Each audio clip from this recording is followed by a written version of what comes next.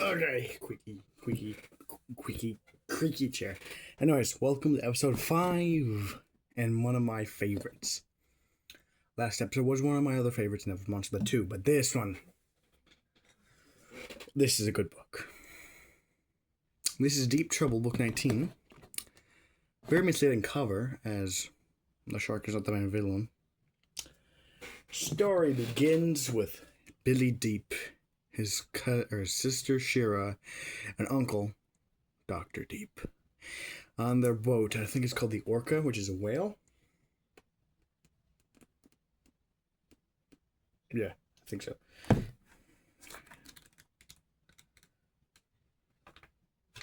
Anyways, in the Caribbean islands, and Billy's like, "Oh, I'm the greatest. I hunt all these animals in the water. I'm the greatest." And in reality, he's not.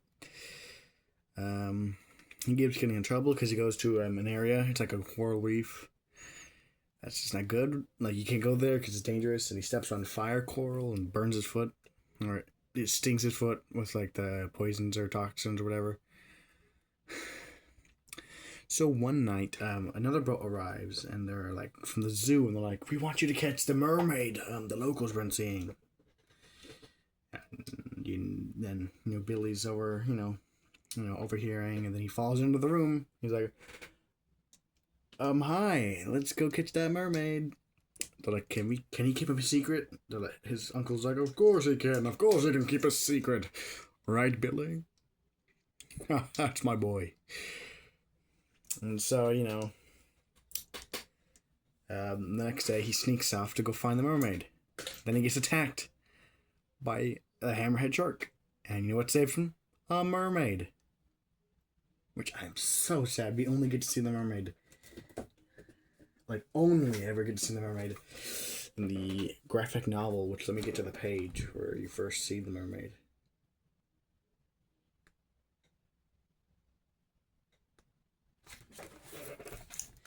Which I love this design of the mermaid. It looks very nice. Almost reminds me of like an anime style, which I'm not really good with animes.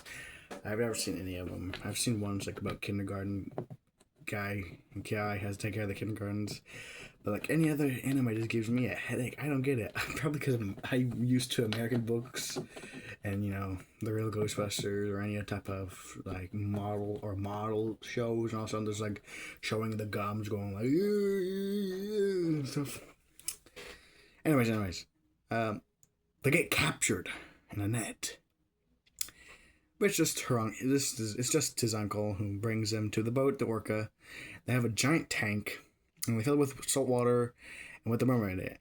And Billy's like, "Let's do this. I caught a mermaid." And I was like, "Let's release her. She looks so sad." And so, the Dr. Deep goes off to get some stuff, because Alexander, I believe the name of the main villain, I think it's Alexander.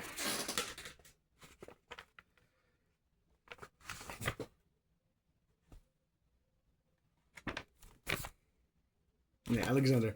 And he's like a college kid, and he's also the cook, and his food's awful, apparently. But he's like, "Wow, this is great. This is great. We found a mermaid." And so he brings I forgot what it's called. It's like squid or octopus, and it's like you leave in something, like they leave in like a sauce or something for a couple days. Whatever. Billy's like, I'll bring some lemonade and water, or tea and water. I'll bring some tea and bread for our lunch. And but Billy gives the food to the mermaid, which loves the food.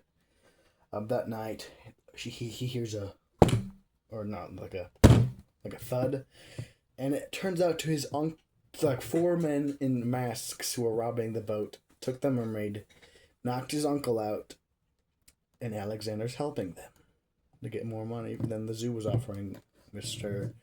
Deep, because his boat's not that good of a boat. But anyways, so the men throw Billy, Shira, and Dr. Deep into the cage, and then they get chucked in the water, and they start sinking and drowning. They try to, open the cage, but no. Then a hand just goes on the glass of the cage, and it's mermaids, hundreds of them, who bring them back to the surface, and then help them and lead them to the boat of Alexander and that stuff. The mermaid's tied under the water because the other boat doesn't have like a cage or a storage tank for the mermaid, so she's just tied up under the water under the boat, which could be she could get chopped up by the blades of the propellers. And anyways, so they save them. One of the men, they wake up and the men are like, I thought we got rid of you. And one of them grabs a torch and lights the boat on fire. And then Dr. Deep's like, Shira, put the life jackets on. Someone get a bucket and douse the fire. They put out the fire. They save the mermaid, and the rest of the mermaids start shaking the boat with the villains. They're like, what's going on? And then they see their mermaid escaped, so they just drive back to their boat. And he's like, he takes the money. The zoo people come back and give him the check. And he's like, well, thank you. But then he rips it up and then says, mermaids aren't real. You had me go looking around for this thing that didn't exist. Even though it totally did. And then the book ends by Billy Deep swimming again and thinking he feels something on his leg. Like tugging his leg and like tickling his leg. He's like, it must be the mermaid again. It's a monster, a sea monster that he thought he saw in the beginning of the book, which I guess he did see. This is definitely one of the best books, especially one of the best I've read. And I cannot wait to get the sequel, which is going to be episode 8 of season 1, and will be the final episode of season 1. And I think I love the second one better. I think my headcanon, if I ever could make a Deep Trouble 3, like Goosebumps all grown up sort of like thing, I'd have Billy be like, like his uncle in the water, but he goes there and tends to the mermaids and all that stuff. And he's like, oh, mermaids, and if you want to get, I guess,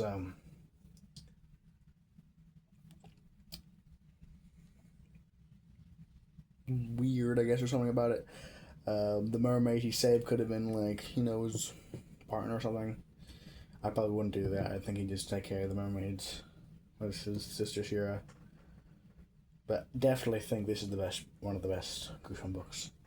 I am making a Deep Trouble retrospective. That's why I've checked out Deep Trouble 2 and Creep from the Deep and the graphic novel that had Deep Trouble from the library to, make this Deep Trouble retrospective, which I already have Deep Trouble, which I have 2 Deep Troubles. I could have got 3, which I could have had 2 of the original series, but I have Deep Trouble and a very thin version, like the Scholastic versions, when they had book fair versions of Living Dummy and all that stuff.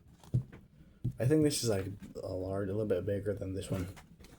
Yeah, it's very strange. I don't know if that's something, because I've seen the other versions of it, which are normal size, I guess. Anyway, but enough of my rambling. Hope you enjoyed this video, and stay tuned for my favorite book of all time of Goosebumps book review, which is technically my second time reviewing the book. The first time I fully finished and read it for a book project, and that is The Phantom Auditorium. Yeah. This is underrated episode. Everything. Anyways, like I said, hope you enjoyed. I'll see you boys and gals later. Goodbye.